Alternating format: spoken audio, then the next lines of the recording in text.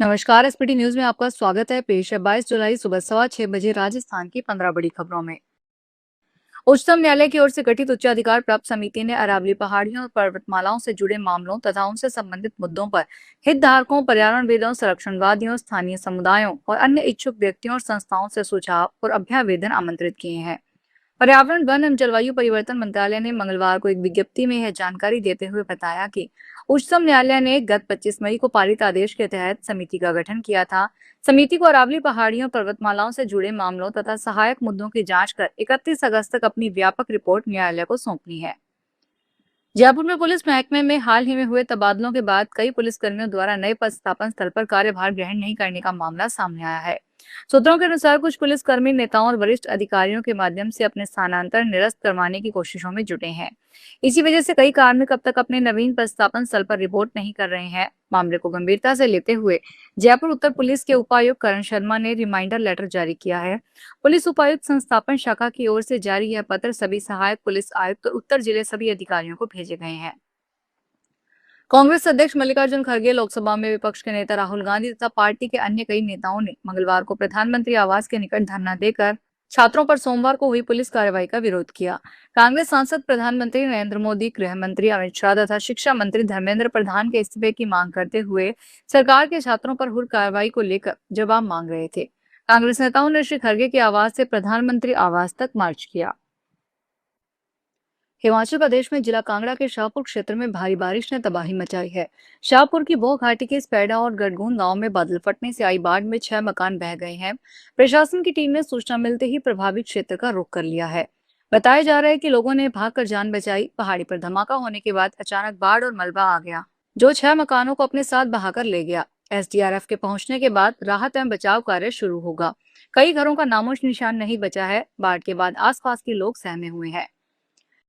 केंद्रीय औषधि मानक नियंत्रण संगठन ने डेंगू की रोकथाम के लिए पहले टीके के वितरण को मंजूरी दे दी। केंद्रीय स्वास्थ्य मंत्रालय ने मंगलवार को बताया कि सीडीएससीओ ने जापानी दवा निर्माता कंपनी ताकेदा के 2 खुराक वाले डेंगू रोधी टीका क्यूडेंगा को विपणन प्राधिकरण प्रदान कर दिया है। उदयपुर जिले के एक सरकारी स्कूल में 10वीं क्लास की छात्रा से छेड़छाड़ का मामला सामने आया है। आरोप है कि बच्ची टीचर के पास कॉपी चेक करवाने गई थी। इस दौरान टीचर ने बच्चे की कमर पर हाथ रखा और गलत हरकत करने लगा। घटना के बाद बच्ची डर गई और 3 दिन बाद परिजनों को टीचर की करतूत के बारे में बताया। घटना से आक्रोशित परिजन और ग्रामीणों ने स्कूल जाकर टीचर को चप्पल से मारा। इसके बाद थाने में रिपोर्ट दर्ज करवाई। वहीं विभाग ने भी तुरंत एक्शन लेते हुए टीचर को स्कूल से हटा दिया। करीब 8 महीने से महापौर विहीन चल रहे जयपुर नगर निगम में अब फिर से लोकतांत्रिक हलचल लौटने लगी है। राज्य निर्वाचन आयोग और राज्य सरकार की ओर से संभावित चुनाव कार्यक्रम हाईकोर्ट में पेश होने के साथ ही राजधानी की स्थानीय राजनीति ने रफ्तार पकड़ ली है।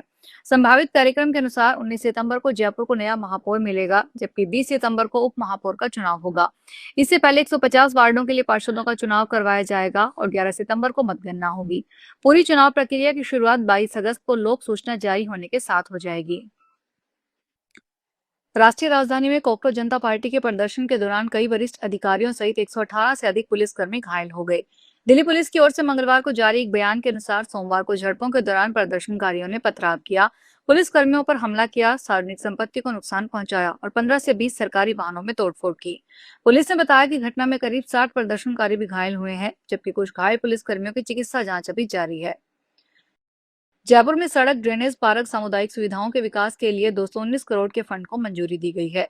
जेडीए ने डेवलपमेंट के मुद्दों पर मंगलवार को बैठक की। आयुक्त सिद्धार्थ महाजन की अध्यक्षता में जेडीए मुख्यालय स्थित मंथन सभागार में पीडब्ल्यूसी की बैठक हुई। बैठक में शहर के आधारभूत ढांचे को मजबूत करने, ट्रैफिक मैनेजमेंट में सुधार, जल निकासी, सड़क निर्माण, हरित विकास जैसे प्रस्तावों पर चर्चा की गई। इनसे जुड़ी हुई योजनाओं को प्रशासनिक और वित्तीय स्वीकृति दी गई।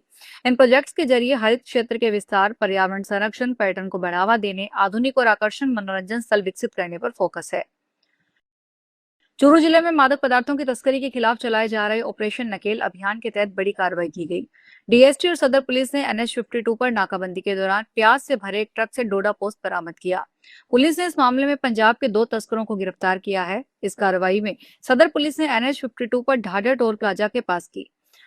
सदर पुलिस के अनुसार डीएसटी से मिली सूचना के आधार पर नाकाबंदी की गई। इसी दौरान चूरू की ओर से आ रहे पंजाब नंबर के एक ट्रक को नियमित जांच के लिए रोका गया। ट्रक में प्याज के कट्टे भरे हुए थे। जोधपुर शहर के प्रमुख महात्मा गांधी अस्पताल में मरीजों को दी जाने वाली खान पान की सुविधाओं और स्वच्छता का जायजा लेने के लिए मंगलवार को कांग्रेस चिकित्सा प्रकोष्ठ की जिलाध्यक्ष अंजलि वैष्णव ने किचन विभाग का विस्तृत निरीक्षण किया।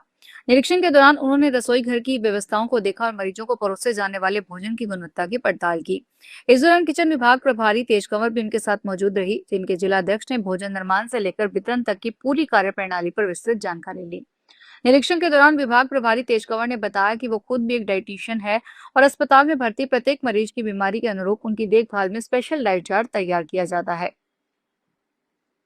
मुख्यमंत्री आयुष्मान आरोग्य योजना के तहत राजस्थान के पात्र परिवारों को राज्य के बाहर भी बेहतर और कैशलेस निःशुल्क उपचार की सुविधा मिल रही है और अब तक इस प्रावधान के तहत 5,959 दावे प्रस्तुत किए जा चुके हैं। आधिकारिक सूत्रों के अनुसार राज्य सरकार द्वारा लागू की गई आउटबाउंड इंटरस्टेट पोर्टेबिलिटी व्यवस्था के माध्यम से पात्र लाभार्थी देश के विभिन्न राज्यों से प्रधानमंत्री जन आरोग्य योजना से संबंध अस्पतालों में 25 लाख रुपए तक का कैशलेस निःशुल्क उपचार प्राप्त कर सकते हैं। 6 महीने में प्रदेश के 30,000 से अधिक लोगों ने अन्य राज्यों के अस्पतालों से 25 लाख रुपए तक का निःशुल्क इलाज करवाया है। जुलाई की बारिश बीसलपुर बांध पर अब तक मेहर नहीं बरसा सकी, जबकि पिछले साल 24 जुलाई को बांध के गेट खोलने पड़े थे। इस जुलाई अब तक बीते 22 साल में दूसरी बार सबसे कम पानी की आवक हुई है। इस जुलाई में बांध में अब तक मात्र 0.35 टीएमसी पानी आया है, जबकि पिछले साल जुलाई में 35 टीएमसी पानी की आवक हुई थी। लेकिन इस साल बीसलपुर बांध किसानों की चिंता बढ़ा रहा है। जुलाई पूरी होने तक मानसून की मेहर का इंतजार रहेगा। राजस्थान कोऑपरेटिव डेयरी फेडरेशन दूध पैकेजिंग में आत्मनिर्भर बनने की दिशा में बड़ा कदम उठाने जा रहा है। उदयपुर डेयरी समेत प्रदेश की दूसरी सहकारी डेयरियों में दूध, घी समेत अन्य दुग्ध उत्पादों की पैकेजिंग के लिए उपयोग होने वाली पॉलीबैग की मैन्युफैक्चरिंग आरसीडीएफ करेगा। फेडरेशन 150 करोड़ रुपए की लागत से अपना अत्याधुनिक पॉलीफिल्म प्लांट स्थापित करेगा। इसके लिए जल्द हिंदुस्तान रिफाइनरी लिमिटेड के साथ एमओयू किया जाएगा, जो इस पॉलीफिल्म प्लांट के निर्माण संचालन में मदद करने के साथ कच्चे माल की सप्लाई देगा। राजस्थान में हो रही प्रसूताओं की मौत को लेकर राज्य सरकार ने अब एक्शन प्लान तैयार किया है। अब हर जिले में गर्भवतियों की डिलीवरी की लिस्टिंग होगी, उनका हेल्थ कार्ड बनेगा, जिसमें ये जानकारी होगी कि उनका इलाज कहाँ, कौन से अस्पताल में होगा, कितना खून चढ़ाना होगा। बता दें कि कोटा, बीकानेर, भीलवाड़ा, बांसवाड़ा और जोधपुर में प्रसूताओं की मौत के बाद प्रशासन की ओर से बैठकें हो रही है। हाल ही में हुई मीटिंग में सभी अस्पतालों को गर्भवती की लिस्टिंग करने के लिए कहा गया। सभी मेडिकल कॉलेज से जुड़े हॉस्पिटल से मीटिंग कर रिव्यू किया जा रहा है। तो ये थी राजस्थान की 15 बड़ी खबरें। अगर आपको हमारा बुलेटिन पसंद आया हो तो वीडियो को लाइक करें, अपने दोस्तों से शेयर करें और चैनल को सब्सक्राइब करना ना भूलें। फिर मिलेंगे नई खबरों के साथ। धन्यवाद।